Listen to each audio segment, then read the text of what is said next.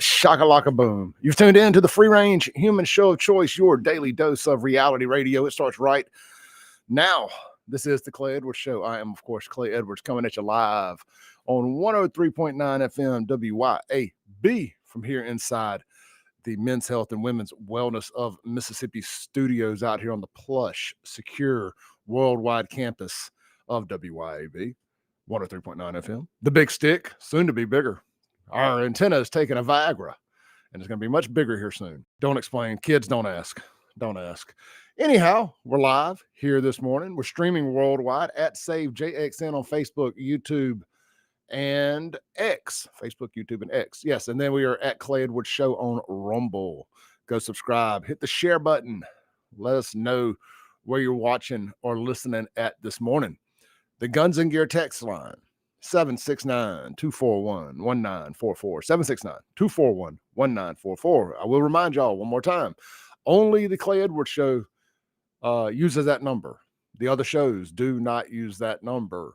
Again, I don't mind, but if you're texting during other shows, the hosts do not get those texts. Got another one this morning for Chip, and I was like, huh? I don't know what y'all are talking about. I was not listening. I was listening to a podcast. Anyhow, with all that said, I got my buddy, Mr. Jamie Creel, shelter insurance agent extraordinaire, sitting across from me this morning. Thought I'd have Jamie in, chop it up a little bit with me this morning about a bunch of different topics. Jamie spent years in the school business, coaching, principaling, and other things. So always like to get Jamie's opinion on things. We're going to dabble our way to school choice at some point this morning and get an educator's opinion or former educator's opinion on school choice. Who knows better, 20 plus year veteran of the school business or a bunch of conservative think tankers who have kids in private schools that just want those schools paid for? We'll talk to the educator on the former educator on that, not the people who have a financial vested interest in school choice passing so they can get their kids' education paid for, their kids' private school education paid for, or a bunch of these think tankers who are invested into what are those other schools called? Charter. Thank you. I can never remember that word because I use it in no other sense. I would never use the word charter for any other reason except to say charter schools. That word nowhere in my vocabulary for any other reason. Charter some whiskey. Yes, well, old charter. Yes. Yes. And apparently that's what they call NASCAR teams now. They're charters. So yes, these people who are vested in charter schools, and again, that will financially benefit from school choice. Just ask the donors of people like Jason White. You know, his biggest donors. They're heavily vested into school choice passing in Mississippi because they want to make a lot of money on charter schools, which I don't have a problem with. I don't have a problem with them making money on charter schools. Just let go of this public to public transfer idea. Just be honest about why you're doing it. It ain't about the damn kids. It ain't about the kids. If y'all were about the kids, you'd fix JPS, not continue to gut it and say, let's just let the kids from there. Let's just let the good kids from there go somewhere else. No. Go fix JPS. If you really care about the kids, if it's about the kids, fix JPS. Fix these other failing districts in the state. Don't just say, screw it. Let's just let the kids go somewhere else. We ain't going to do that. Not on my watch. Yeah. If you want to start somewhere too, Clay, go to the Mississippi Delta. You know, if you want to talk about school choice and you want to do all these other things, start in the Mississippi Delta. You know, because that's the issues we really need to fix. Those kids that have very little resources. You know, what are those kids' choices going to be when it comes down to school choice? You can't ship them anywhere or you can't bus them anywhere. That's not going to be feasible. I mean, you're looking at moving, you know, sending a kid on an 1.5 hour, 2 hour bus ride. Fix it up there, and then you'll convince me that I might consider school choice at some point in time. But until you fix it up there, those kids are still going to be left out, which is defeating the purpose of what you're saying you're trying to do it for in the first place. 100%. You know, so are we guaranteeing we're going to put a charter school up there for them? Oh, they may. Yeah. But how successful is that going to be? Yeah. You know, how many teachers do you know of that are going to be flooding in the Mississippi Delta to do education in one of those counties, Bolivar County? I mean, who's moving to Bolivar County to educate kids? Not Clay. Not Jamie either, sir. I mean, look, it ain't on my resume anyway. But this is we have a lot of teachers that listen to this show, and there's a lot more conservative teachers in this state than people think. I get to meet a lot of them. They introduce themselves to me. And I just want to, like, my thing about teachers is this. I think y'all are doing the Lord's work usually. Now, there's some bad ones in your ranks. There's some evil ones in your ranks, but that's with anything, right? Dancing TikTok nurses and, liberal school teachers and whatnot. Jamie, the school, how do I say this? Teacher pay. I was talking with somebody about this yesterday. Teacher pay seems to always be at the top of every argument. And I was just thinking about this. Man, if you really want a good paying job, you probably just don't need to be a teacher. I mean, like a high-end paying job. And hear me out on this.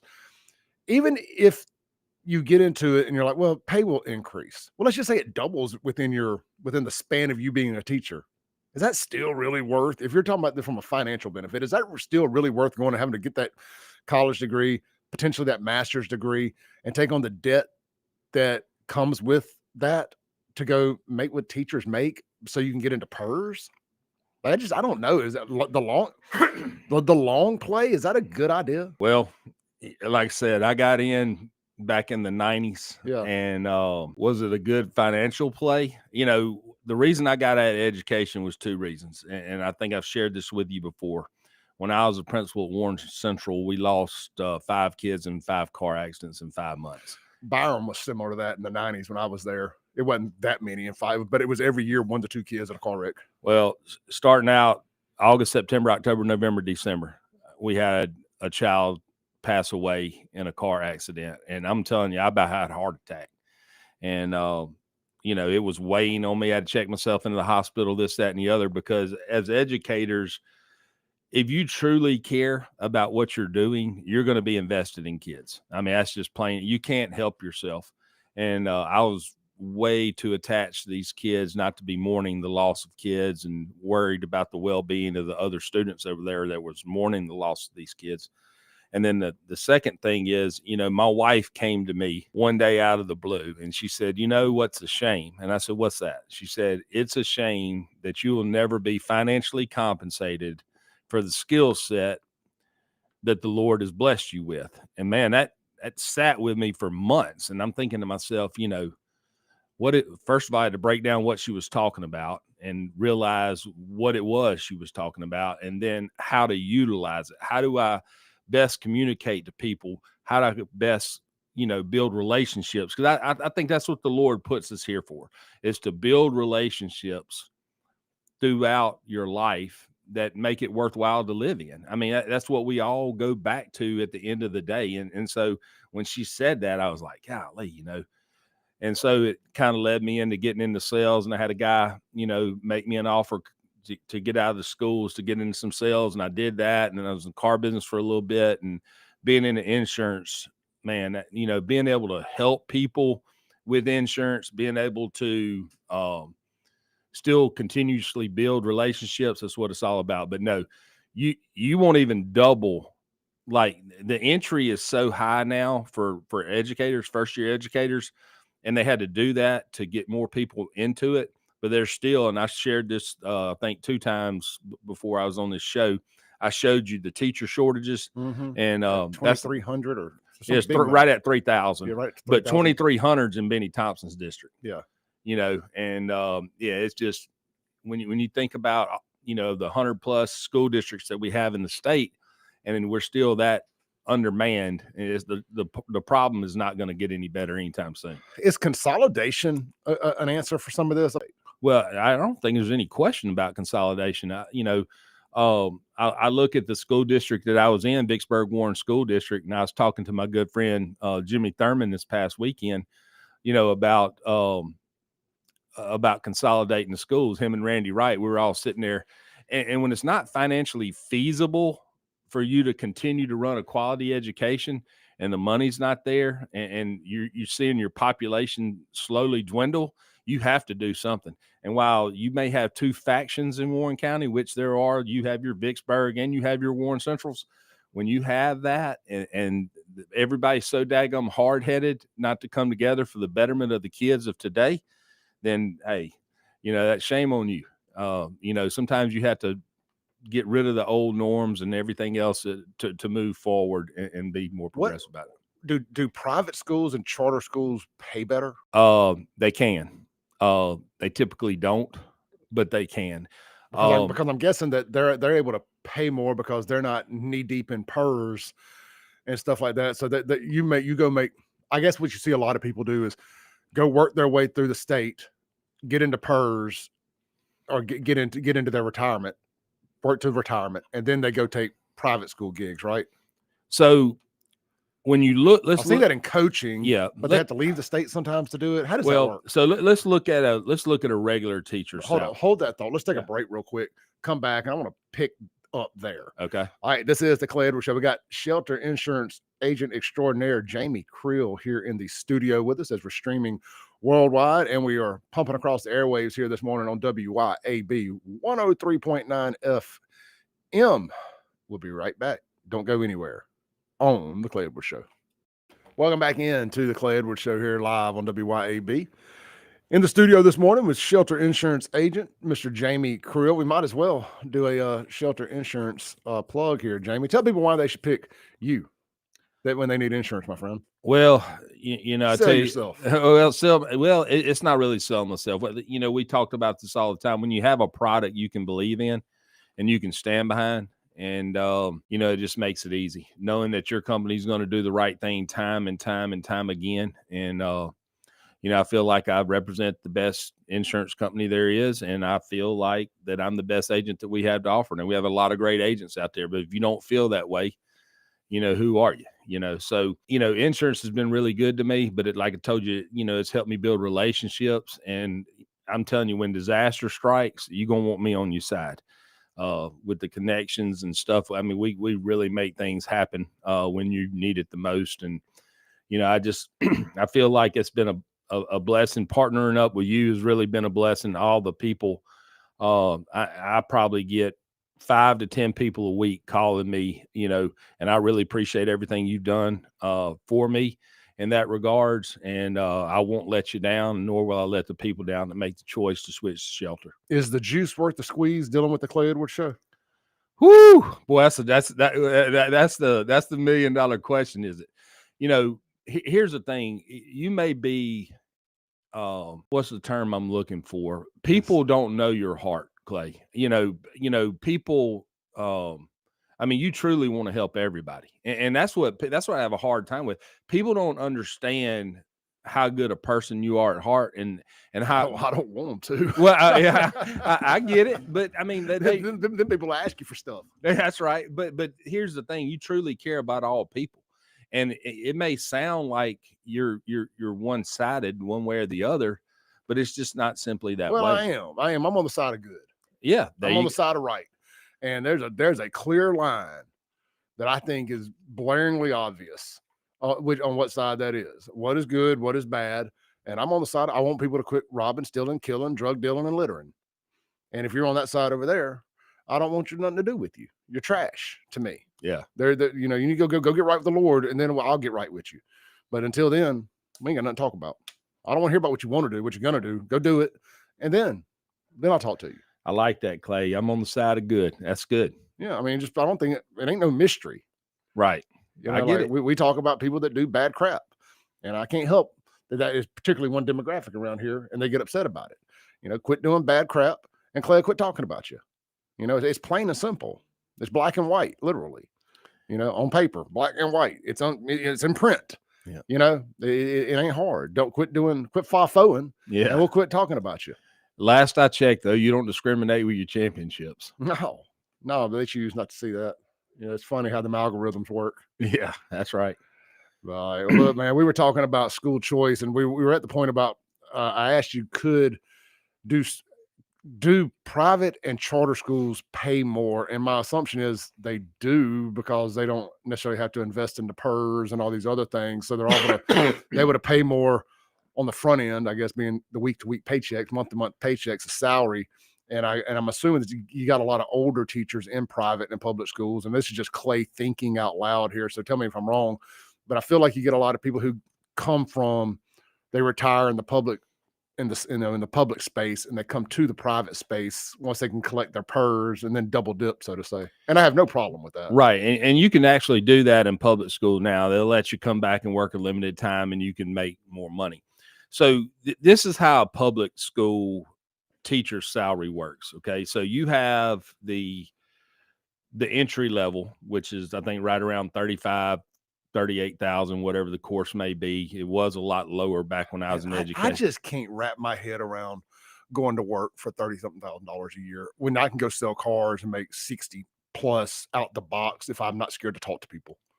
Right. Somebody has to do it though, Clay. And you know, I agree to the point where, you know, with no education, by the way. Yeah, well, that's true. With a GED, I can jump straight into the middle of a car lot, skydive out of a plane in the middle of any car lot in the state of Mississippi and make $60,000+ a year with a GED. Mm-hmm. And not a nickel having to be paid back to student loans or anything else. Yeah, I get now, it. Granted, I don't get 3 months off a year. Yeah. But even if I did, I would still make more. If I took 3 months off a year, I would still make more money. Each district in the state, though, has what's called usually a district supplement. And that varies based on where you are, based on the taxes that are collected within that area.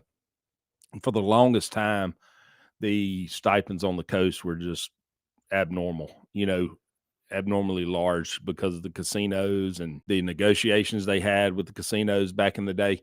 So that district supplement, everybody was flocking to the coast. And then, you know, back in the day, also Port Gibson had a huge district supplement solely because of Grand Gulf.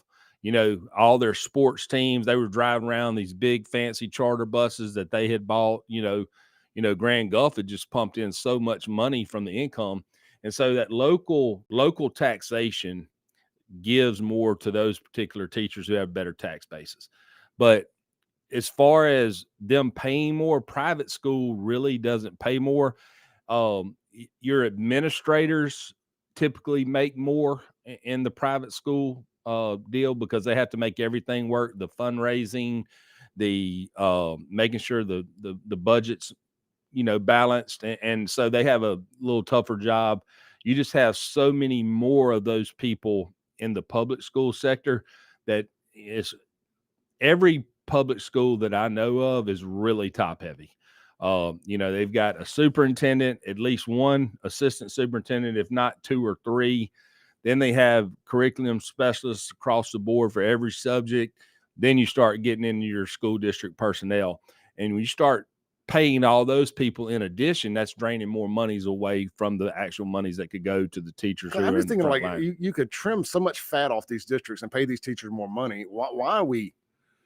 How is this even allowed? At what point do you get the state auditor and people involved and say, man, this is highway robbery. This is theft. Well, the theft is coming from, so, you know, when Donald Trump made the notion about abandoning or abolishing the Board of Education, you know, and I put it on Facebook. I very rarely get on Facebook, but when, you know, I got on there and said, hey, I'm all in favor of this. And like, how, as a public educator, are you in favor of this? Well, the problem is by the time they allot the money there and the time it gets to us and the amount of consulting groups that it goes through to get to us to where the kids can actually use it, you done dwindled it down to nothing. And you know, I want kids to get the money that's allotted to them. You know, you talk about the grift. We talked about the grift before the show. Education is as big a grift as there is. I mean, people are getting their hands and getting as much money as they can through all these consulting firms, and it's, you know, and all these schools are spending it. And when that's money that could eventually go to the kids and better their education. Well, and that's how I feel about a lot of these pro school choice people. It's a grift. It's 100%. It's a $1 trillion industry. If you can privatize, a bunch of millionaires going to become billionaires in a hurry. Yeah, oh yeah. And you know, I look forward to getting into our school choice conversation today. And it's a cycle. All you're doing with the school choice component is taking this area. Okay, we're school choicing them out of Jackson into Rankin, into Madison, wherever you into Clinton, wherever you deem the better school is. And all you're going to do is create that cycle. It may take 25 years, but you're going to create that same cycle there as you had there. I mean, it's just a culture of things. Okay. You know, you can only absorb so many. Yep. And you know, we talked about before on the school choice end, until somebody can tell me where the funding and the finances, okay, of how this is going to work from a school district is going to lose all these students after it's already been allotted. And this new school district is now going to be underfunded based on the influctuation of kids that are coming in and out of its school district. How that will work, you know, because you know as well as I know, when you start letting people have school choice, you start sending these people, let's just use Madison Central, send them to Madison Central. Now the upper echelon of Madison Central want them to go to MRA. They want them to go to St. Andrews. They want them to go to St. Joe, JA, whatever the case may be. Okay. Now you've taken your top kids out of that school and replaced them with lower income people because you got them that school choice. What does that do to the dynamic of the school? It isn't good. No, this is the part they don't want to talk about. This is the part where they say, "Oh, this is racist." No, there's a culture issue. Jackson is ate up by culture right. It is. I don't like it. I don't care. It just is what it is. I mean, it's the murder capital of the world. It's leading again this year per capita. Even with murders being down 50%, Jackson is still leading the way per capita as murder capital of America. Not the world. I apologize. I mean, America is the world as far as I'm concerned. I'm a nationalist. Not sorry. But with that said, you know, you're going to let these kids in, and everybody's, oh, no, Clay, their parents are going to have skin in the game. These are good parents. These are good kids, Clay. Maybe a couple of them are. You know, I won't dispute that. But I know, and I just keep going back to my example of quote unquote parents that got skin in the game. The last 3 black kids that lived in Rankin County that got killed due to culture right violence were all from Jackson, but had moved into the Northwest Rankin School District within a year of their murders. And like, to me, that is the example of what you're going to get. You get a mom, you know, that oh, Clay, these are parents because they're going to have to take their kids to and from, and they're going to have to dedicate time. Oh, so you mean somebody without a job that's on welfare that's got the time, that's on Section 8 that's got the time. That's what I hear. You know, not somebody who's working 20 hours a day. Right. You know, not the mom. What about the mom that's got 3 jobs and just can't physically peel the time away to get her kid to and from? She ain't got skin in the game. She has more than the others, you know, and that's the sad part.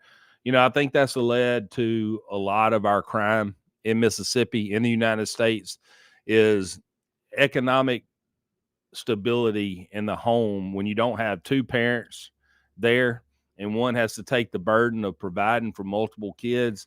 You can't do it on one job. And you know, now kids have to supervise themselves. Then the streets start being their parents. Then they start being shown easier ways to make money. And there's no way to change anybody once you get to that point. Let's take a break. We'll be right back with Jamie Creel, shelter insurance agent extraordinaire. We're talking about school choice education here in Mississippi. We're going to get to some other topics too this morning, but roll with the hot hand right now, which is education. We'll be right back. Don't go anywhere. Rip the knob off. Hit share if you're watching online. We'll be right back. To the Clay Edwards Show here live on WYAB. This segment here live from the Men's Health and Women's Wellness of Mississippi Studios, brought to you by Cypress Point Resort and their big all play, no work Labor Day weekend festival coming up this weekend. That's right. August 30th, 31st, and September 1st. 3 days of parking lot shenanigans. I'm kidding. Parking lot fun. Well, that is shenanigans. Shenanigans are fun. Get the brooms. Y'all know what I'm talking about. Jamie, you know where that's from, what the reference is when it's shenanigans. Say shenanigans one more time. Say cheese sticks one more time. From what's the name of the damn movie? They're Favre, the Super Cops or whatever. I've never seen it. Not called Super Cops, Super Troopers. Oh, Super Troopers. That's it. They started filming part 3 here recently. Oh Lord. Like last week. I can't wait. I love Super Troopers. He's like, say mozzarella stick one more time. Favre, what's those cheese stick things? You're like, mozzarella sticks. Get the brooms. Every time they say shenanigans, somebody says, get the brooms. I don't know what it means, but it's pop culture and I love it. Anyway, look, join Cypress Point this weekend for nonstop entertainment for the whole family. It's 8 bands throughout the weekends. free safari bus rides with the purchase of food, face painting, and fresh squeezed lemonade, and bounce houses for the kiddos. And then Sunday, there's a big cruise in starting at 2 p.m. Check them out on their Facebook page, Cypress Point Resort, for more details. And be listening to this show as we talk about it more throughout the week. A couple of the bands that are going to be playing, the Lincoln Outfit, Lauren Lindsay, the ACR All-Star Band, the Jason Stogner Band, the Stevens Brothers. Y'all know I love the Stevens Brothers. Then you got Burnham Road, Livestock Band, and Still Hollow all throughout the weekend there. Check out their Facebook page for the exact dates and times of each band. That's Cypress Point Resort. There's a big 3-day Labor Day weekend party festival going out there. Great place, man. If you ain't been out there, man, there's something for everybody. They got the steakhouse, they got the tavern, which is attached to the steakhouse. They got the buffet. They got the Cameron's Garage with the bar. They got the general store. They got the cabins. They got the safari rides. It's literally a one-stop shop, and you can even rent a cabin out back and stay for the whole weekend. Have a staycation right there at Cypress Point Resort for less than $100 a night. So can't beat that. You really can't, man. You really can't. I've stayed in those cabins more than once due to overindulgence. And it costs as much to get an Uber as it does to get a cabin. It's like, give me the keys to a cabin. You know? I don't think you can get a hotel anymore under $200. I mean, it just it's getting crazy out there as far as overnight stays and things of that nature. That's absolutely, absolutely, man. We got Jamie Creel here, shelter insurance agent, located right downstairs here in the Cotton Exchange Plaza. Also has an office there in Ridgeland next to Fleet Feet. What's the name of that shopping center on 51? Trace Station, right next to Trace Grill and all that too. Great folks over there. Known them for a long time.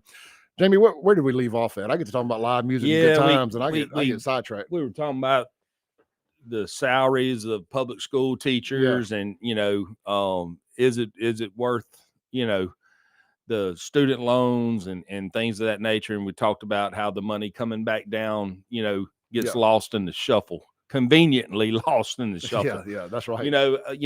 It's you see the stuff going on in Chicago now about talking about culture rot. I think is where we left off. The culture rot of what's coming over into these communities. That's right. That what will come over inevitably from these communities. One of the things they don't want to talk about too. And look, I grew up in South Jackson in the 90s, and I know when I started hanging out with guys that were a little more rough around the edges, or Southside posse, some old hoodlums. I wanted to be a hoodlum. It's just nature. Yeah. And anybody who denies this is full of crap, and I'll call them out on it. Young men don't like being out hoodlumed by other young men. Oh, you think you're hard? Hold my beer. That's true. And you start bringing them in some single parent household hoodlums into these communities with good, strong parental, figures in their lives, and it's going to turn into a pissing contest. And nobody wants to have that conversation because can I quantify that? I can't. I'm just telling you, I know. I know that there's an inferiority complex in the suburbs over who's more hard, who can fight better. Oh, Jackson, y'all think y'all hard just because y'all the murder capital of the world? Well, we'll show you. You don't want to F around and find out here. I'm telling you, that's a culture clash, and y'all don't understand it. You've never lived around it if you don't know what I'm talking about. I was in Jackson for 43 of my 48 years on this planet, and I'm telling you, I know it in ways that y'all don't. If you've only lived in the suburbs your whole life. Let me tell you a little funny, Clay, if you have time for it. So when I was in high school, we got 2 hours. When I was in high school, I went to Clinton, and one of my best friends, Tony James, who ended up playing wide receiver, punt returner at Mississippi State. We were really, really close from elementary all the way through. Well, we had this kid moved in from Jackson, and I don't know, he came in wearing his bandana, this is back in the late 80s, early 90s, and I'm thinking to myself, this is intriguing. Like Dion going from Atlanta to Frisco with his bandana. That's right. That's exactly right. But this guy was intriguing to me in the fact that he was in a gang. He had gang signs written all. So me being me, I'm asking all these questions, right? And so my Vice buddy, Lord, Crip, whatever. Up, down, which one? That's exactly right. But guys, I shouldn't even know what that means. I should not know what any of this means, but it spent too much time in Jackson. It's the intrigue of how it works. So Tony, obviously, is one of my closest black friends that I've ever had. I mean, he would do anything in the world for me. But he's like, Jamie, you need to stay away from that guy. You need to quit asking questions. Well, I couldn't help myself. The more questions I asked, the more I wanted to know. And I just kept digging and digging and digging. Well, anyway, Tony ended up, writing a letter supposedly from this guy telling me that I'd asked so many questions. Now I was in part of it. And this is going to be part of my initiation. Well, I got scared crapless. I'm thinking to myself, oh, hell, what have I done now? How am I going to get out of this? Man, I spent 2 weeks worrying about how in the world I was going to get out of this game. That's right. That I'd asked so many questions. And then, at the end of the day, he finally said, hey, man, enough's enough. But here's the deal. You got to leave stuff like that alone. And I'll never forget that. That was one of the hardest lessons, about not asking too many questions about things of that magnitude, because I was about to get into something that I couldn't get out of. And then look, man, women, it don't matter how old they are, but young, they like bad boys, and they're drawn towards, you got a felony. Oh, yeah. Oh, them buttons on them pants start breaking off. Oh, yeah. 2 felonies. Yeah. Job, come put a baby in me now. Look, I get it's enticing. Trashy women make the world go round. They really do. And they're drawn towards trashy men. And I spent a lot of my life chasing trashy women. And I may still have a little bit of it in me. I don't know. But I'm just telling you, you avoid the culture rot, and you're inviting it in with school choice. You 100%. are, and I know y'all don't want to admit it. Too many of y'all have just lived in your little suburban enclaves for far too long, and I ain't mad at you. I wish I'd moved out of Jackson 20 years sooner. I wish I was as naive as a lot of y'all are that think school choice is the answer. I really do. Well, I'm jealous. I'm jealous of your naivete. Well, here's their thing, Clay. They always go back. I listened to a show on WYAB talking about school choice and taking the other side. And, I don't understand it, but everybody's saying, oh, every child should have a choice. Well, every child does have a choice. You have the choice to do good or bad every day you wake up, regardless of how you raise. Well, they say it's parental choice. Yeah. And parents do have a choice. You can move. That's right. Your choice. Move. Yes. And it's not going to, and you talked about the Section 8 housing. So how is that going to work? I mean, they're not going to get Section 8 housing in Madison, Mississippi. No, they're sending them all to Flowood. Yeah. I mean, Northwest Rankin's going to be bursting out at the seams. Already is. Yep. And I went by, my daughter had a golf tournament yesterday at Castle Woods, and just Northwest Rankin, what a beautiful school they have. Great administration, great schools. And I look all the way around the backside of Northwest Rankin. Apartments. It's nothing but apartments. How many apartments are there in Madison? 0. Madison, 0 apartments in the city of Madison. Yep. That's exactly right. Ridgeland got enough for all of them. Yeah, they do. Yeah. Kudos to Ridgeland. We don't give them their flowers enough to be able to fend it off like they have, because they are right at the devil's door, just like Pearl is, just like Richland is, Clinton. Just like part of Flowood and Clinton. Like, we don't give these bordering communities, and Byram to an extent. Byram is, but Byram kind of lost the fight before they had a chance to really get in it, because they waited so long to become incorporated, unfortunately. But they've done a good job. I mean, you don't have much stuff in Byram, but some bad stuff has happened. That old lady that got raped by that guy a couple of years ago out jogging. My God, that shouldn't happen nowhere. It happened right in the middle of a neighborhood for God and everybody to see. Yeah. But that could happen anywhere, realistically. Anyway, but we don't give these neighboring cities, I think, their flowers enough. Like, Clinton has such little stuff happen. We never talk about Clinton, and that's a good thing. You don't want me talking about you on this show. Right. Clinton's done phenomenal. I like all those people over there. They've always been good to the Clay Edwards show as well. And then, of course, Jake Wyndham and his team in Pearl. I don't know who the mayor in Richland is currently, but I've always had a good relationship with the police department. Right. And those guys, for sure. Then Flowood, they do a phenomenal job, the best they can. Right. I mean, you got thugs coming over there shooting cops. Yeah, you do. I mean, what do you expect? Yeah. They got all that retail over there and stuff. And it's just I mean, is there a better explanation of culture rot? For example, and this is Clay Edwards talking here. I speak for only me. All the trash in Jackson shut down all the malls and movie theaters and everything in Jackson. And they inevitably, because retail went to Flowood, well, they started going to Flowood. Well, North Park first. North Park, yeah. Look Yep. at North Park. Look what's happening at North Park. Look what I mean. Again, y'all don't understand the job, the Lord's work that Flowood PD and Rankin County PD do over there at Dogwood and all that stuff. If y'all knew the stuff that really goes on and the fights that they really fight that don't make the news.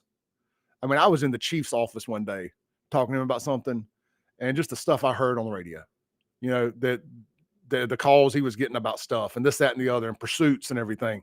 And all that crap is from people running over here to commit their crimes because this is where retail is at. This is where the money's at. And then them hauling ass back to the criminal safe haven of Jackson. And think about this, Clay. Not one day can they take off.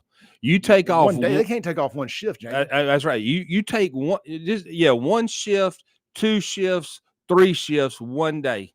Okay. You've given in and you can't catch up moving forward. And now you have the decline of that particular place. You ever had like shoulder surgery? Oh yeah. Unfortunately. And they tell you stay in front of the pain with the pain meds. Yes. Because if you ever feel the pain, it's too late. You can't get back in front of it. It's the same thing. If you ever feel the pain of the thuggery, it's too late. You'll, like you just said, you'll spend forever trying to catch up, and you can't. You'll be begging Trump to send the military in. That's boy, what a job he's done with that. And we're going to talk about that next. Yeah, you made mention about Ridgeland High School. I just want to give a shout out to my boy Preston Naylor. Preston was an assistant of mine at Warren Central. He's now the head principal at Ridgeland. And if I'm not mistaken, Ridgeland is the melting pot of Mississippi as far as education. They have like 35 different languages spoke at the school, which is amazing and a testament to how they continue to educate kids at a high level. You know how I know they're doing a great job over there? I never see them in the news. Yep. Never see them in the news. That says it speaks. We don't talk about you on this show. It's a good for the most part. I mean, right. I do try to give people their roses too, you know, but I don't know enough about them to give them the roses, but I know that we don't talk bad about them, you know, so keep up the good work. That's right. The roses will come. All right. We'll be right back to land the plane for hour 1 with Jamie Creel. We're going to shift gears away from education and on to some national stuff. I want to talk about Donald Trump, the military, and cleaning up D.C. They're going into 10 days now without a homicide. Guess what city isn't going into 10 days without a homicide? Jackson, Mississippi. We'll be right back. Welcome back into the Clay Edwards Show here live on WYAB, the show that they wish they could make go away. Why don't you keep talking about this school choice stuff, Clay? Because it's kind of my hill to die on. I wish it wasn't. I got a GED. I shouldn't even be the one having to fight this fight. The Republican Party should be the one fighting this fight, but they keep trying to tell you it's a Republican item. No, this is socialism. Everything about this is socialism. Everybody deserves an equal opportunity. No, they do not. That ain't how life works. Life ain't fair. Everybody don't get to start on third base. That if you think everybody deserves an equal opportunity that deserves to be started on third base, that deserves to start on third base, that is socialism. School choice is socialism the way they are currently presenting it. And that is that's my 10 cents. Jamie, we don't have about 10 seconds left on this. We'll pick it back up in the next hour. You got Jamie Creel, Shelter Insurance. You got Clay Edwards. Don't go anywhere. We'll be back in 7 minutes. Welcome back into the Clay Edwards Show here live on WYAB. Coming at you live at the Men's Health and Women's Wellness of Mississippi Studios. Guys, you know what time it is. It's time to tell you about those free testosterone screenings is what time it is. Also, I'm 3 days in. Today will be the 4th when I take my shot tonight. But I have started a peptide they have there, Jamie, called Simorlin. And it's basically it's a HGH, pretty much. Okay. What it does, though, is it makes it kickstarts your body's natural HGH production. Growth hormone, lose weight, gain muscle, all these great things. You take it right before bed. Dude, I've had the best 3 nights of sleep, last 3 nights that I've had in a long time. Like it's been hard to wake up. I could have gone another 2 or 3 hours of sleep. I even got a nap yesterday after eating that big ribeye sandwich from Cypress Point on accident. That's Fred Shank's fault too, by the way. I wasn't even going to eat like that yesterday. Can't trust Fred. I mean, man, he did me dirty. Yeah, I went to go get the meatloaf and he orders, and the bartender, I didn't even know they offered the sandwich on any day other than Friday and Tuesday. She's like, "Oh, do y'all want a ribeye sandwich?" I was like, "Oh, it's Monday." She's like, the chef will cook it for you.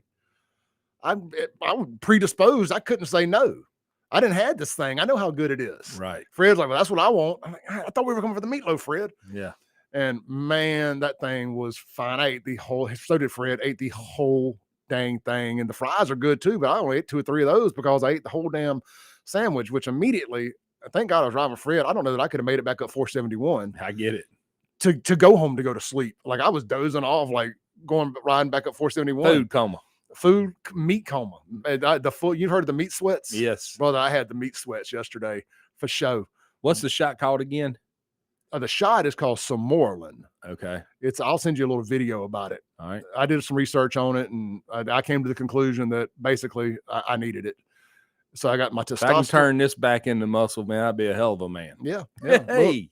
So I do 3 things. And the science is there. Trust the science, guys. Ain't that what they told us? Trust the science. These are scientific backed, FDA approved things. Testosterone, the weight loss one, the semaglutide, and the HGH. I've got a cocktail trifecta in my body. But I mean, the evidence is there. I mean, I can show you before and after photos of all of it. And it's like, yep, that stuff works. Now, granted, I do work out and I try to watch what I eat for the most part, unless it's a ribeye steak sandwich in front of me. And if I had just not ate the bread, I'd have been full carnivore and been all right. Right. But the bread, they make fresh there daily. Wow. Fresh bread, fresh bun, Jamie. At Cypress Point. At Cypress Point. You can't go anywhere that I'm aware of. I'm going to have to get out there.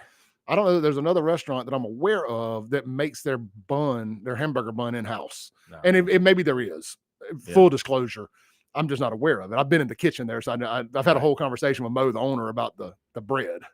And I was like, I told him yesterday, I gave him a great idea yesterday. I ain't gonna give it away on the radio, but I gave him $1 million idea for that thing. We'll see if they take advantage of it. But anyway, to the Sumorlin and the testosterone, just text Clay 601-800-5130. 601-800-5130. Guys, do a little research today.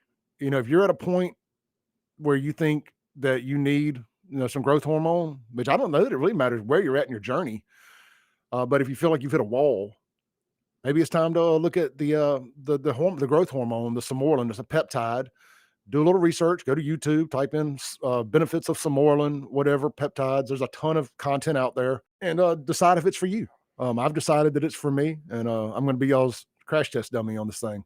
And 3 days in, I took a photo day 1, and in 90 days we'll do a after photo. I mean, you take it daily, for however long. So I'm committed to 3 months, and we'll see after that. All right, that's Men's Health and Women's Wellness of Mississippi.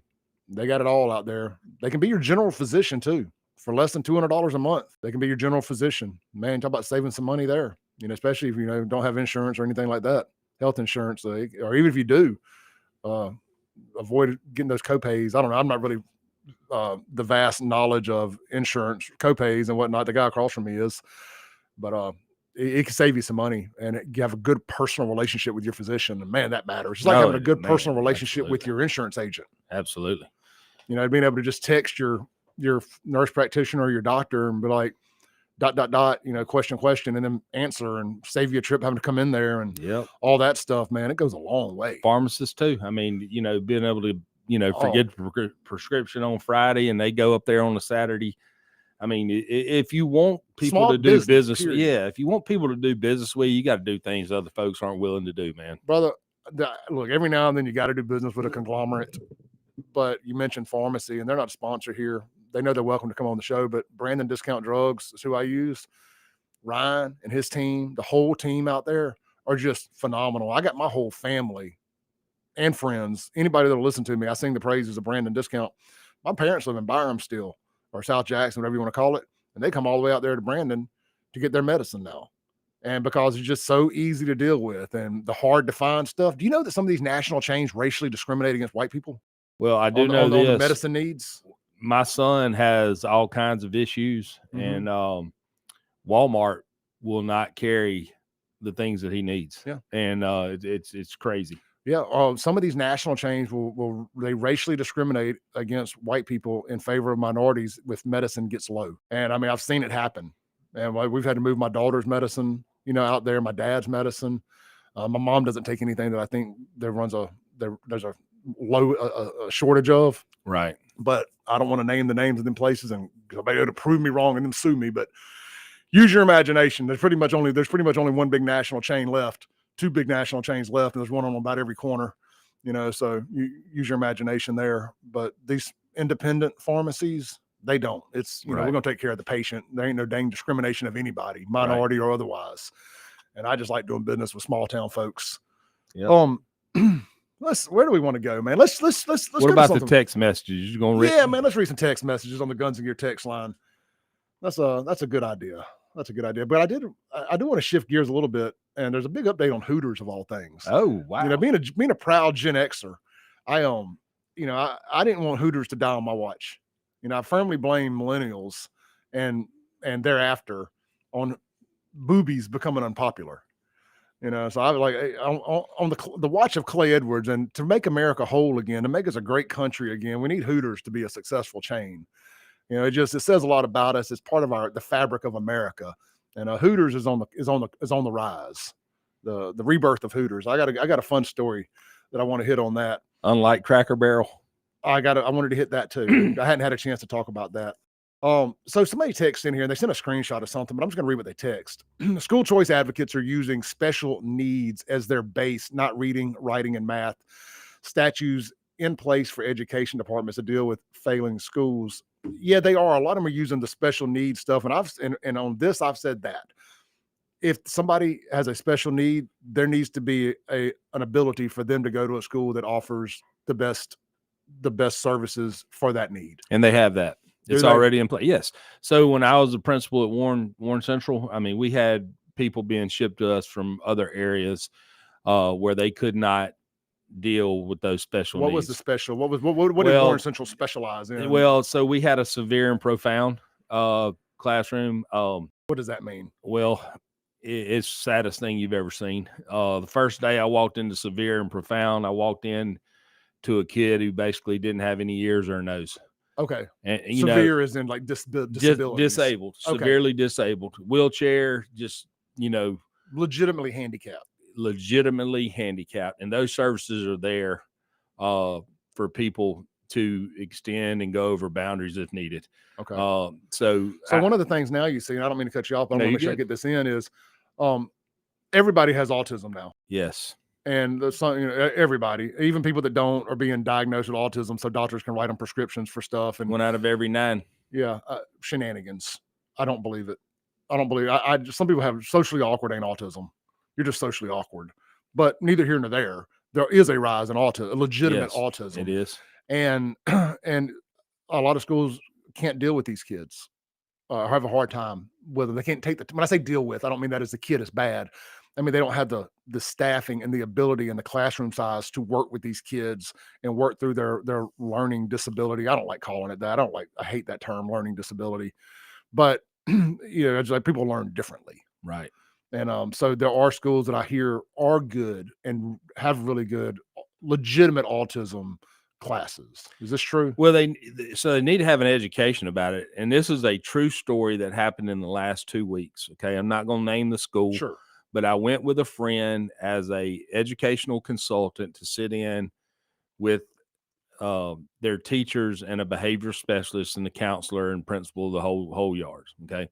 Well, they were talking about the kid, possibly having ADHD and, having some of those type tendencies. Well, the first thing they wanted to do was set up a reward of candy and computer time. And I'm like, why in the world would you take a kid who has ADHD or who is autistic, if he has autistic, tendencies, and give them either one of those two as a reward? I mean, that's like taking a crack addict and giving them more crack. Anytime that computer screen's constantly changing, the ADD or ADHD is just kicking to another level. Why would you keep feeding that? Won't you give them more time on the playground? Won't you let them go run around the track? Why don't you do something to let them blow off steam, what kids need to get back to doing instead of sitting in front of the damn computer 8 hours a day and 10 hours a day, and then wonder as an adult why they can't hold a conversation with somebody. That's where we get in a freaking bind is, You know, back in mine and your day, we're out there running around, running the streets. We ain't sitting there scrolling through YouTube or TikTok and all that other stuff. And people can't have a conversation with people. I saved an article on one of the news sites I pay too much money a month to subscribe to about this very thing. And it was like Gen X being the last generation to be able to operate without these things in our hands. Right. And I think that I would be curious to see what the autism, quote unquote, rates are in Gen X versus millennials. And it's going to be, I mean, probably 1 out of 30 something. Or even not even if you don't want to say autism, learning, OCD, ADHD, yeah, stuff of that nature. 1 in 9 versus 1 in 35. That would be my guess. Yeah. I'm sure the information significant. Out there. Oh yeah, it's out there. Because I don't know, a lot of Gen Xers probably aren't going to get tested for it because they just know that I'm an idiot and going about my business. Well, you know, as we get older, our attention span grows shorter and shorter, especially with stupid people. You know, my patience does. Yeah, that's exactly. And your patience leads you to go in another direction. I should probably stop working out and just become a much more frail guy. Maybe people will feel sorry for me. But like the more I work out, I think the more people think they still can punch me in the face for saying stuff. But Jamie, I'm really looking forward to reaching that point in life where I've just become the crazy old man that says crazy things and I'm not a physical threat to people. Well, you keep getting that HGH, buddy. You may be looking like a physical threat. Look, I just want to be the old crazy old man that screams at the clouds in his front yard. You know, I just, old Clay just says crazy stuff. You know, he ain't no threat. But right now I feel like I'm still a threat. So yeah, the Gen X and the ADHD and my losing patience with people is something else. It really is. I don't have a tolerance for it anymore. I don't bite my tongue. And that's, we've bit our tongues too long. 100%. That's what got us in this mess. It goes back to what you said about the city of Flowood and what we talked about in Flowood. You bite your tongue for a day, you bite your tongue for a week, then a month. Next thing you know, it's gotten out of hand. You can't go back and correct it. Yep. So if you're put here to speak out on stuff to make things right, don't put those type things off. You got to continuously confront problems on a day-to-day basis. If you don't, it multiplies. You can't get a grasp of it and you can't get a handle on it. And if you're just tuning in, full context to what he just said there, we're not saying that Flowood let anything go. We're saying Flowood stays in front of things and doesn't let things go. Correct. Even when they're up against the devil's door of Jackson and all that criminality that tries to come in there, they don't allow it. They stay on top of it and they can't even take a shift off, much less a day. And we were giving Flowood kudos. I just want to make sure nothing gets taken out of context. Yes, indeed. There. Absolutely. Because people do get in and out of their cars pretty quick, and I got a good relationship with those folks. So I don't want them thinking, man, Clay, what did Clay say about Flowood? Yeah. No, we're giving Flowood nothing but good flowers. Things. Thumbs up. All right, let's take a break real quick. When we come back, we're shifting gears away from education. I think we've gotten our point across this morning on that. We could go 3 hours, 4 hours. We could do it every day, but there's a lot of people, Jamie, that just feel like this doesn't have anything to do with me. I ain't got kids. It does matter. It does. My kids are out of school. And I'm telling you, the public school system, I guess I was going to take a break, but I do want to get this off my chest here. The local mayor I had a conversation with, we talked about this. He said, man, one of the things that they're not talking about with the school choice stuff is it is going to tear communities apart. You're going to have kids that live across the street from each other that are going to different schools. You're going to lose that sense of community pride. I know people are going to say, kids go to different schools now. They go to private school. They do it. Sure enough. But generally speaking, they don't. The kids that grow up on the same street together, a lot of these kids, I don't know what the percentage is. How many kids start first grade together and finish through 12th grade, Jamie? Yeah, well, that I don't know that answer. I mean, not to put you on the spot. I'm just thinking out loud. That's a good question. But I tell you what, on your point, but that's community. You drive through any neighborhood you want to. You remember we used to have a basketball goal. We'd be playing country J or soccer or kickball in the yard. You don't see any of that crap anymore. No. All these kids are on these travel teams and soccer, football, baseball, whatever the case may be. Or they're playing with people, playing somebody across the world. It's not happening anymore. We got to get back out in the streets and start playing. Brother, let kids play. I live in a really safe community. Kids, everything. Downtown Brandon, the neighborhood I live in, a lot of families there. I lived in Crossgates, a lot of families. You know what I don't see, man? I don't see kids out riding their bikes. I don't get every now and then you'll see a group of kids walking from somewhere. In Crossgates, there was a community pool, so you would see more kids walking through there. In downtown Brandon, the only people I see on bicycles are adults in their spandex outfits, and I'm not hating on them. Y'all are working your butts off, but I'm just saying, it's adults riding bikes for athleticism, not kids out having fun. Now, granted, those streets are kind of dangerous. I don't know that kids need to be riding their bikes on like Sunset or College Street or any of that anyway, but we didn't care about that when we were kids. I got ran over twice. Yeah. Maybe that's what's wrong with me. I used to ride my bike from Queens Lanes all the way to Spring Ridge Road. Yeah, I grew up over off Shady Lane, Castile Drive, over off Raymond Road in South Jackson, and we'd ride ours. I went to Wilkins Elementary for a couple years, and we had to cross Raymond Road there, and there wasn't no school cross to get there. I mean, you had to risk life and limb to get across the street, and but we rode our bikes everywhere. There wasn't no sidewalks. No. All right, let's take a break. When we come back, we're talking about Hooters. Hooters, it's the rebirth. America is healing, y'all. America is healing. Welcome back into the Clay Edwards Show here live in the Men's Health and Women's Wellness of Mississippi studios. Guys, having any automotive problems, reach out to my friends over at A1 Gear and Auto, Highway 49 South, Florence, Mississippi. Whether it's a check engine light, your air not blowing cold, a weird noise that you don't know what it is, let Justin get it diagnosed and taken care of for you. If it's the right kind of weird noise, it could be something in your rear end or front end in your ring and pinion.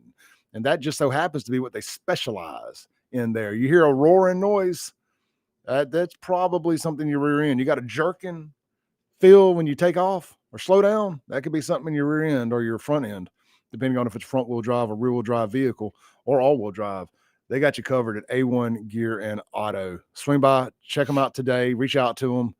Like I said, from basic maintenance to complete rebuilds, they got you covered right there. Highway 49 South, Florence, Mississippi, A1 Gear and Auto. Brakes, everything. No job too big, no job too small. When they diagnose it right the first time, they fix it right the first time, and they fix it right on time and on budget every time, unless otherwise noted. Sometimes you get stuff apart, and you're like, uh-oh, we got a problem here, Houston. But they won't just fix it without your approval. Anyway, that's A1 Gear and Auto, Florence, Mississippi. Justin and his team, good folks, man. I need to talk to Justin, man. I need to talk to him in a while. But anyway, with that said, we got another great partner and friend here on the show. We got Mr. Jamie Creel, our shelter insurance agent, my insurance agent. Reach out to Jamie for all your insurance needs. Jamie, how can people get in touch with you? What's the best way? We have two numbers, Clay, 601-992-6000 or 601-977-0002. You can email me at jcreel@shelterinsurance.com, or I'll even put my cell phone number out here, 601-573-6581. I try to give all my clients my cell phone number because, as you have said on this show time and time again, disaster just doesn't strike between the hours of 8 and 5, No. And somebody has a wreck and they're not injured, they need to know what to do. Hey, man, well, where do I need to send my car? What do I need to do? I mean, people have a lot of immediate questions. I mean, I think once you have established your health is okay, your family member's health is okay, the next phone call needs to be your insurance agent. And that we get more calls on either people breaking down on side of the road, or they've been in a car accident and they don't have updated cards, or what do I need to do from there? And, we try to coach all our people up, but I understand when you're in a traumatic experience like that, you need to hear that calming voice. And the one thing I try to tell them is, if you've got a tree on your house, or, you've been in an accident, if you're okay, the next best thing you got is to know that I'm going to take care of you, that you have me and you have shelter. Yeah. Well, I keep telling everybody, and Jamie, you can confirm this or tell me if I've been wrong. Your credit score affects your insurance rate, right? It does. So if you've been rebuilding your credit for a year or so, 6 months, you need to shop it, right? That would be wise. Credit Karma keeps telling me that. Yep. Now, people have been with you for a while. Do you shop their rate, like kind of go in and try to make sure they're staying at the best available rate? How does that work? I like to have reviews with people, and go over, make sure things aren't changing as far as their needs. I mean, one thing that I don't want to do is I don't want to overcharge somebody based on the needs that they have.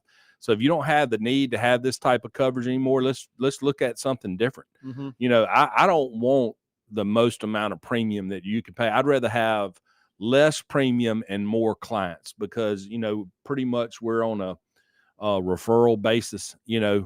I got burned early in the insurance business by fraud by several people, and I just choose not to go down that road again. If people listen to this show, that's trust enough for me to know that they're probably going to do the right thing whenever, you know, it's called on. If people cold call in the office without a referral or just happen to see us on the internet, they're going to be highly vetted, and I'm probably going to tell them they need to come back with somebody who is insured by me so I can have that trust referral source from there. I like it. I like it. That's how I feel about advertisers on this show at this point. Is we're not just taking anybody. You know, we do some vetting, and you got to understand what you're, you know, who you're dealing with, what you're dealing with, and you know, we like people to understand what this show is, and you need to listen to it for a little while, you know, and to make sure it's most people have. Yeah, most people have. Yep. And just like people know, but hey, the juice is worth the squeeze. And ain't no doubt about it. That's why we've had so many people, once they get on here, they stay on here. Yeah. You know, shout out to so many. If I name one, I'll forget one, so I'm not gonna name any. You know, it happens every time. What about me? You didn't mention me. Ah, dang it, you're right, I didn't. I'm sorry. Yeah. You know? And look, man, people's needs change too, as you were saying with advertising. You know, I think sometimes you can hit a ceiling with something. It's like, hey, look, man, the messaging has fallen flat. Well, let's change the messaging. I mean, we just felt we've reached all the Clay Edwards Show listeners possible. All right, well, let's move you over to Kim Wade's show then. Let's move you over here. Let's move it around. You know, my ego doesn't exist when it comes to stuff like that. It's like, let's do what's best for the advertiser. I want it to work. I need you to be happy. I don't want to put a bad taste in your mouth for radio. Right. You don't want to have an oversaturation either. I mean, you know, you want people to understand what you do, how well you do it. If they choose you, that's fine. Mm-hmm. Like you said, we're going to talk about Hooters. You know, for a long time, Hooters did it the right way. And then they didn't do it the right way. Then they filed for bankruptcy. And now they're on the way back up again. So, you know, it's just like anything else, man. You got to be careful of there's such thing as too much and there's such thing as not enough. Yeah, you know, I'm at that point with my social media is I wonder if I've oversaturated with like my reels of this show, because I can look at the numbers on the reel when I take this up and clip it and roll them out there. Some will hit, some fall flat. Is it too much? And I like different platforms, different stuff. You're like, man, it's good, but it is a balance. It's like, I don't want to burn people out because I think the message will fall flat after a little while too. You know, that's why I like to change up what we talk about around here. You never know what you'll be getting on this show. Last week we had a chick that I thought was going to start doing Tuesdays with me, but it just kind of fell flat. You know, when she was on the show, a hairstylist, but I'm not above trying different things. Right. You know, like, well, let's try it. And I like to talk about relationship stuff and dating and all that stuff too. And I like to talk about politics. I like to talk about Hooters and more. Look, we've bumped up against the break here, talking about insurance and whatnot, but that's fine too, because I think that's very valuable and important information. That's stuff that all of us can use. All of us need insurance. None of us need Hooters, but I could make an argument for that. Anyway, let's take a break real quick. Come back with Jamie Creel. I got the article pulled up. It's titled "The Plan to Make Hooters Delightfully Tacky Again." And I think this says a lot about where America is at in a post-woke society. Don't go anywhere. The Clay Edwards Show. Real quick, guys, who's got a fantasy football league out there that's got some room in it? I would like to join a fantasy football league. I haven't played in 4 or 5 years. I got to make sure I'm staying plugged into sports a lot this year because I plan on doing a lot of sports content, and being vested into fantasy will help me with that. It will force me, because I'm competitive. It will force me to pay attention. If anybody's got any open space in a league or 2 or 3, email me, clay@wyab.com. Shoot me an invitation to your league. I tell you what, Clay, now that you mentioned that, so I've got a draft coming up on Sunday for 2 leagues. All right. You're welcome to go with me Sunday to both of these drafts. One of them's an auction league format. We'll draft that at 5:00, and then we can be partners in what's called our big dog league at 7. And you and I'll be partners. We'll split the entry fees, and then we'll roll with it. You want to, how about that? I like that too. So I'm in on that, but I still want to do some other ones also. There you go. And if anybody's doing like a suicide league, like an SEC suicide league. Oh yeah. I love those. Oh, I want to be in too. Yeah. If anybody's got like an SEC suicide league going, holla at your boy. I'm in on that as well. Those are fun because it's so easy to make it further into the season because, you know, but you can only lose one and you're done. I did really good with that one year. I didn't win, but I made it to about the 8th or 9th week of the season. And I was like, man, this was fun. We didn't do it again. I need to holler at them boys and see why we ain't doing it. Maybe they did it without me. First time I did Eliminator League in the NFL, I never forget it. By week 4, I had already won. Yeah. Everybody had picked New England when Tom Brady was there, and daggum, I think it was Tampa Bay went up there and beat them on the road, and everybody but me had New England. And so week 4, it was all over. We had 20 people in the league. Go ahead, just pick one. You pick one game a week. Mm-hmm. You pick one game a week, and you just got to win. And somebody's gonna lose, and eventually, boom, you get a win. Like, to me, it's the funnest version of fantasy sports or sports gambling or whatever. Yeah, it is. But email me, clay@wyab.com, or if you know me, text me or whatever. But if you got to send an email invitation, shoot it to clay@wyab.com. And I'm in. I want to play. We're looking forward to seeing you Sunday. Now we're going to eat good. We'll have steak and all that. And it'll be really fun. What area is this in without giving out an address? The one that you and I'll be going to Sunday, Vicksburg. Cool. Have you been over there to the Ameristar redid their gambling things with tied it in with ESPN? It's ESPN Bet now, their sports gambling lounge. It is one of the coolest sports bar setups that I've ever seen, man. I went over there a few Fridays ago or Saturdays ago for dinner at 10 South and stumbled by there just to say hey to some people that were there at the they were going to be playing at the Bottleneck, and I decided to walk down and check out the new sports book. Dude, I tell you what, if you're over in Vicksburg and you're looking for like a sports book to swing by or just whatever, man, they did it right. I vision myself going over there on a Saturday or a Sunday and just plotting down, betting about $20 on every game just to keep them interesting and just enjoying the day, because it looks like fun could be had over there. Well, I used to work there back in the day trying to make ends meet. I used to deal poker at the Ameristar. Really? Yeah. Chip used to be a dealsman too. I didn't know that. Yep. If you're looking for somewhere local to watch games, McBee's Bar and Grill right there on Lake Harbor. They just put a new 100-inch TV out on the patio, completely covered, walls and everything. It's got big fans. It's comfortable out there. You're shaded. It ain't too hot. And even in the middle of summer, you can sit out there and enjoy yourself. Enough fans and everything. They got a bunch of big flat screens, and they just added a 100-inch screen and some of the best sports bar food, restaurant food in town. Let's see here. It's Tuesday. Is it Beef Tips Tuesday on the plate lunch? Yep. Beef tips over rice is the blue plate today, as well as hamburger steak, chicken breast, or country fried steak, hand battered, of course. And you can always get the red beans and rice or the club sandwich or anything else on the menu for lunch as well. But those are things that I can co-sign on as being chef's kiss. Very good. Swing by, see them today, McBee's Bar and Grill, and be there this weekend as college football, pro football don't kick off this week. It kicks off next week, doesn't it? Correct. Next Thursday. So it's college football this weekend. A lot of big games. We got number 1 versus number 2, Texas, Ohio State this weekend. Ooh-wee, Arch Manning. Yes, sir. Ohio State defending the national championship. Baptisms. Going to be a big one. Swing by, watch it at McBee's. All right, Mr. Creel, Hooters. Speaking of sports bars, I think also one of the things that was part of Hooters' demise is everybody else figured out the Hooters concept. A lot of, hot chicks behind a bar, tight clothes, yep, good chicken wings. We don't have to do Hooters. And it did become a little like, as a guy that never really struggled getting a date, I didn't have to go to Hooters for female companionship. Right. So for me, it started feeling cheesy. It just did. Like the girl sitting down at the table with you. Like, I don't need you to sit down with me. I don't need you to write your name on the napkin. You don't have to flirt with me. You know what I mean? Unless you for really interested. Yeah. Unless it's unless you want to ride Space Mountain. That's right. But if you don't, just be nice, keep my drink full, and get my food out here when it's hot. Right. And so there's a plan to make Hooters delightfully tacky again. This story is on the Wall Street Journal website, so I recommend checking it out. But one of the OG owners, Neil Kiefer, he owns 2 of the most successful Hooters in the country, one by the O'Hare Airport in Chicago and one down in Tampa. And he was part of the original ownership group that founded Hooters. And he wasn't one of the founders per se, but he came in with them as like their accountant or something like that. And then ended up being buying a couple of them. Right.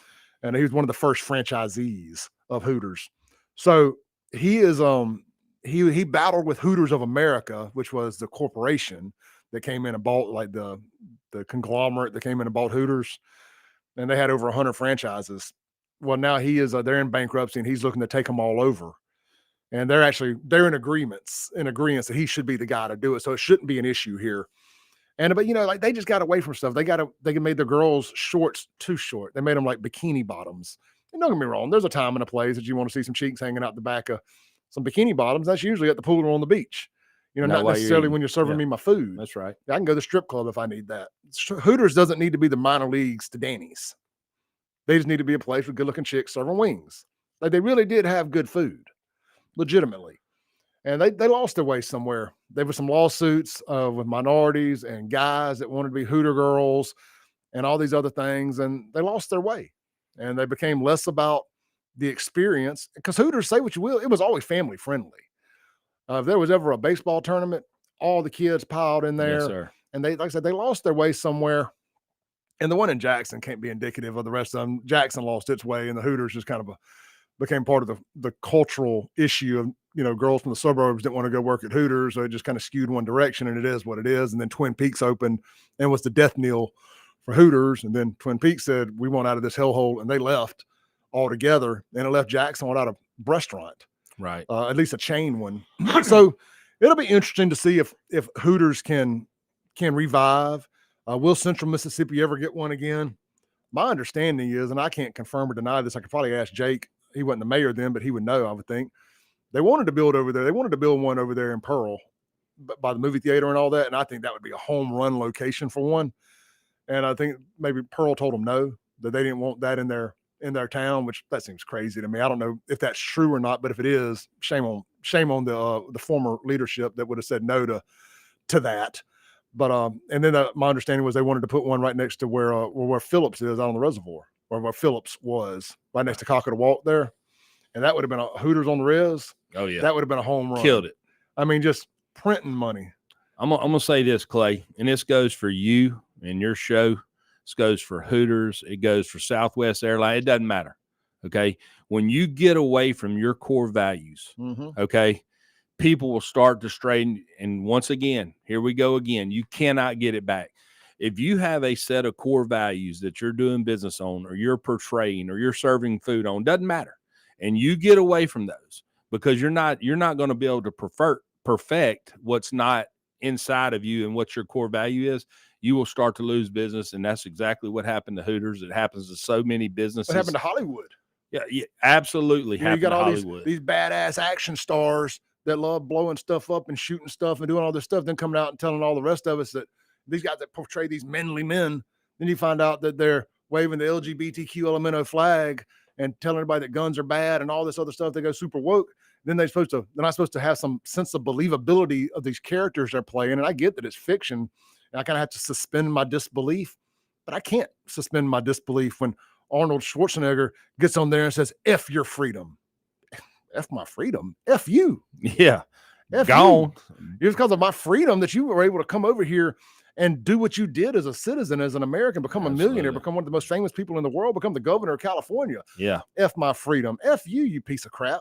Yeah. That's right. Don't forget where you came from. Yep. And that's just, that's one thing, I hope that you never do. And I don't think you will. You're grounded enough.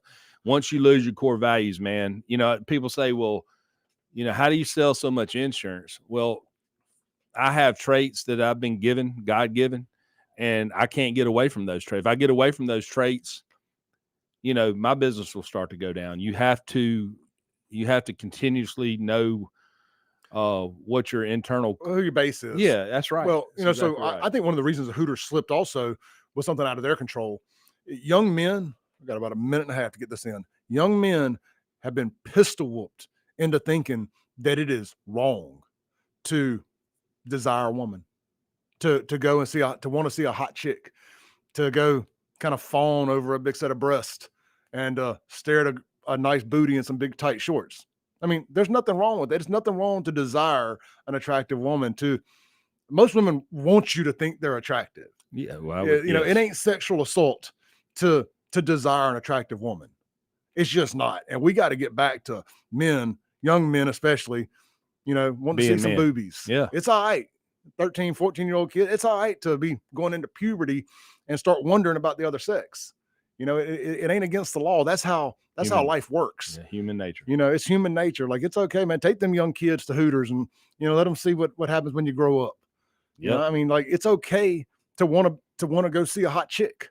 It's okay to admit that ain't sexual assault to want to go see a hot chick. It ain't whatever any other nonsense. I think it's just part of this LGBTQing of America to try to, make places like Hooters go away.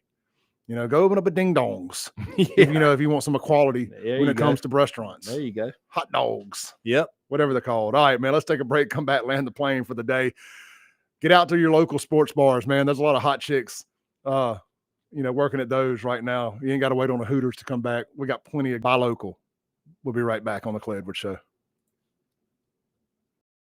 Welcome back into the Clay Edwards Show. As we land the plane here today, I think I've got maybe some breaking news. I just looked at my phone here. Hearing the police chief is out over inappropriate text messages, and they are going to put the sheriff over the police department in Jackson. Ooh-wee. That may be true. That may not. We'll see. Could JPD's chief be out today over inappropriate text messages? That is the rumor I'm hearing from a very good source. And they're going to make Tyrone the crime czar. I don't like it. I don't dislike the sheriff as a person, but man, he's on the other